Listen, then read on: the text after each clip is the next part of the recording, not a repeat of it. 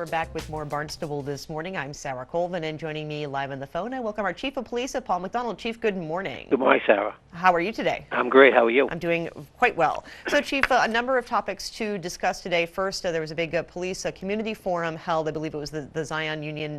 Yes. Was it the museum or the church over the weekend? It was a museum on North Street, the old church. Great. So tell me a little bit about what the purpose of this forum was and how everything went. It was to bring the police and the community together to talk about race relations here on the Cape. It was sponsored by the Barnstable County Human Rights Commission, and we all read the newspaper. We all know what's going on across the country, and I do not want to superimpose the problems that's happening across the country here on Cape Cod. But the Barnstable County Human Rights Commission thought it would be good where there is no problems right now, there's nothing occurring right now. This would be a good time to bring the community together with representation from the minority community, just to talk to the police and have an open dialogue with them. Talk about our policies, procedures, what we do, our use of force. Do we have policies regarding bias-based policing, profiling, and things like that? And I thought I would very, very well. Wonderful. And so, thinking, of course, about the Unity Day event that happened over the summer, correct, and now something like this, I think we're pretty fortunate here in Barnstable to have such a really caring community. So any specific takeaways from that event, and will there be more events like this, do you think? Well, we're certainly hoping there'll be other events. I know at the end of the event, I spoke with a couple of representatives from the county, and their next step is they would just like to have a luncheon just with some of the local chiefs. I don't know if they're going to do it like they've done before, break up to the Lower Cape, Mid Cape, and Upper Cape, because they had a similar forum last year down in Lower Cape where it was just the chiefs. This forum was a little bit different. Myself, Chief Frederickson, and Chief DiMatteo from Dennis were there, but the panel was mostly made up of police officers. We had four local kids. Two of the kids just got out of the academy. They were there, and they did a great job. So we are looking forward to it. Next time, probably be some type of luncheon. With next 6 months, will be just with the police chiefs in a informal atmosphere, having lunch somewhere. So we're looking forward to that. Of course, and Chief, of course, we do have a fairly diverse population here in Barnstable. Yes. Do we see issues of racial tension happening in our community and with our police department? We haven't seen any. That's one thing we do track very, very carefully. We do have our professional standards office. We have one command level officer. That's what she does almost on a full-time basis, and we track that. And then we go back and look at the complaints. And if we have an officer, if the officer has had 3 or 4 complaints against a specific officer, even if the complaints have been unsustained or unfounded, just the fact that the same officer having the complaints, we will look at that, and if the officer needs retraining, some type of counseling, and we will provide that to the officer. But, I would have to say that we have an outstanding relationship with the entire community. We do have an open door policy, and a lot of those people, they're not a shy, bashful group. They have no problem coming in and let me know what they think. Wonderful. Good to know, Chief. Let's talk a little bit. So there's going to be some graduations, some folks getting out of the police academy later this week. Tell me a little bit about that. Yeah, this is exciting. Obviously, last 12 to 14 months, we've had a lot of retirements here within the police department, and we've been running shorthanded for quite some time. We did hire 9 officers. 9 officers were put into the academy. 8 of them graduated a week and a half ago, and they're now doing in-house training here. And they will be sworn in on this Friday morning at 11 o'clock. You're welcome to attend, and I hope the town manager was able to make it too. But those 8 new officers, they will be sworn in at 10 o'clock this morning, and they will go out on the road as of Monday. And what they do, the next part of the training is they go to the field training program where they will spend 1 month on each of the 3 shifts with an experienced field training officer. And they do a DOR, a daily observation report, and then once they sign off on all their tasks at the end of 3 months, there'll be that final evaluation, and hopefully they'll be cut loose, and that's going to make a big difference for us. That will enable us to do a bunch of different things. Sure. Chief, do all incoming officers need to go through the police academy before they begin work with Barnstable Police Department? Before you go on the road, you have to complete a full-time academy. The full-time academy is now 24 weeks long. It's 24 weeks at the municipal academy upon graduation. It's a 2-week in-house training with us, just go over the policy, procedures, and our computers. Then after that, it's another 3 months of the field training program on the street, and then finally you're cut loose.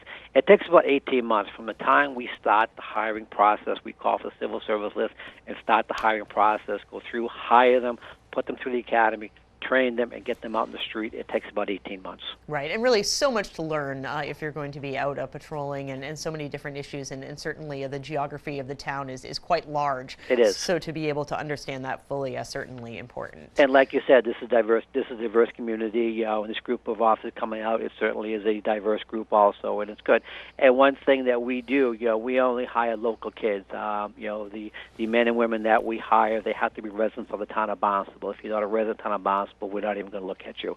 We've just found over the years that if you are a resident, you grew up here, your family's here, you own property here, your kids are going to be going to local school here, it works out much, much better for us. And we cover 70 square miles, and it's different policing strategies. The way we police Hyannis is certainly different the way we police Cotuita, West Barnstable. Sure, and I think that, of course, a resident has certainly much more invested in the community and that much more level of care when it comes to preserving and protecting, the quality of life here in the town. Absolutely. These new officers, they care greatly about this community, and it's a great group of young men. So we'll see what happens. We're looking forward to get them on the street because a lot of our specialty units, they're running short-handed. When we're down, our primary responsibility is to staff the patrol force that answers 911 calls for service.